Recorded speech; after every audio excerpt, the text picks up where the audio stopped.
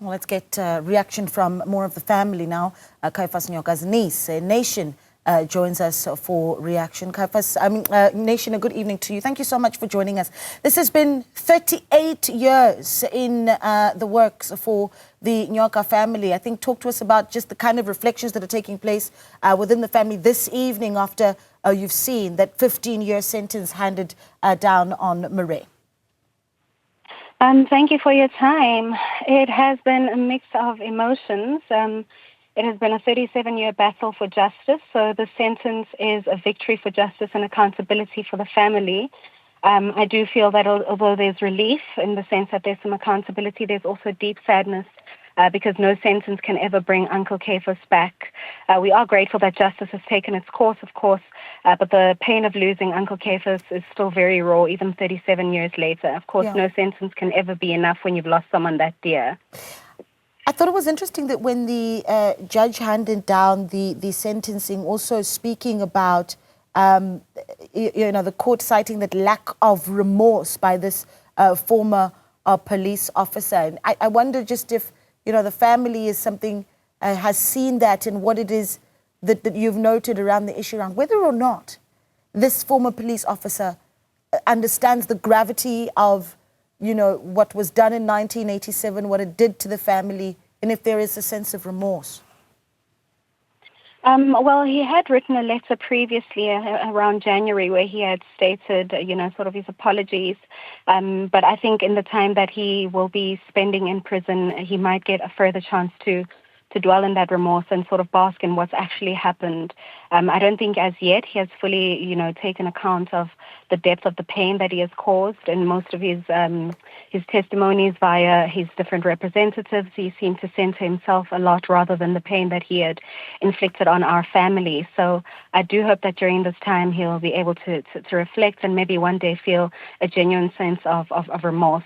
Yeah, I saw a family member talking about if there, is more information that could come to light as to what it is that happened to Mr. Chaiphus Nyoka.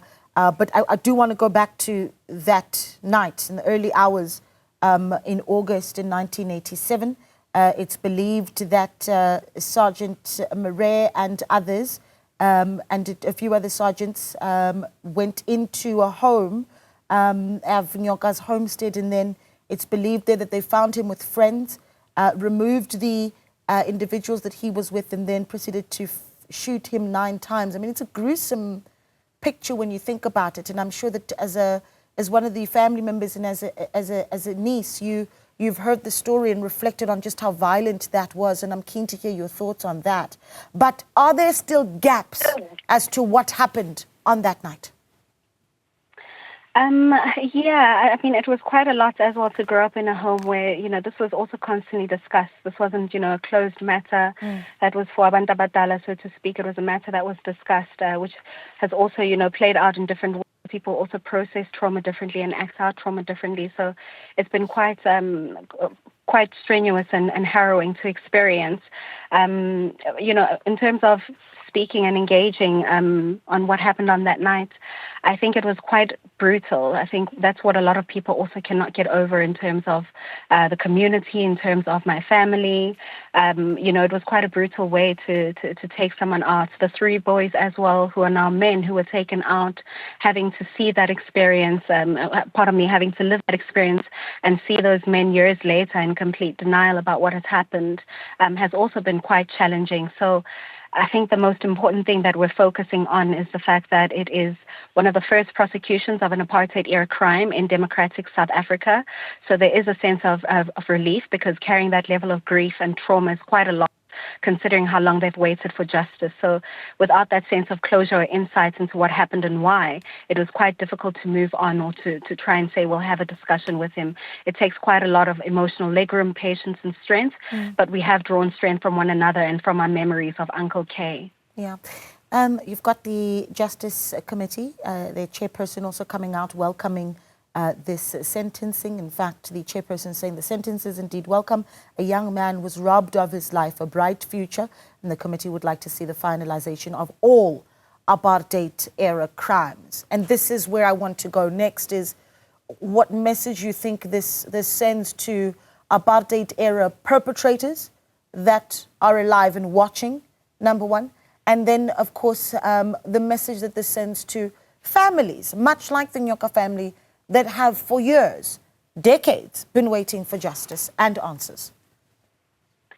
I mean, I think people want answers, you know, from, it's not just us. There's a lot of families out there. I mean, our case happened to be one of the few that was picked up, but there are various people out there who want answers. And it's quite unfortunate that in a number of cases, you know, perpetrators either die or they're not willing to divulge information. In this particular instance, we're quite lucky that they're all still alive and they have valuable answers that they're not exactly being forthcoming with, but that would be, of course, a strong message as well to send to others who might be feeling remorseful but haven't had sort of the conscious or haven't liberated themselves in terms of that to go and be forthcoming with the truth. So I do hope that it sends quite a strong signal to them that they can come forward and should come forward. This isn't just a victory for us. This justice is justice for a number of other families who've also held our hands during this this painful uphill battle. Yeah. Well, we're going to leave it there, Nation. Thank you so much for availing yourself, and we really do appreciate your time. Nation Nyoka there is the niece to Mr. Chaiphus Nyoka, whose life was taken in 1987 by apartheid officers, and we today saw one of those sentenced to 15 years in prison.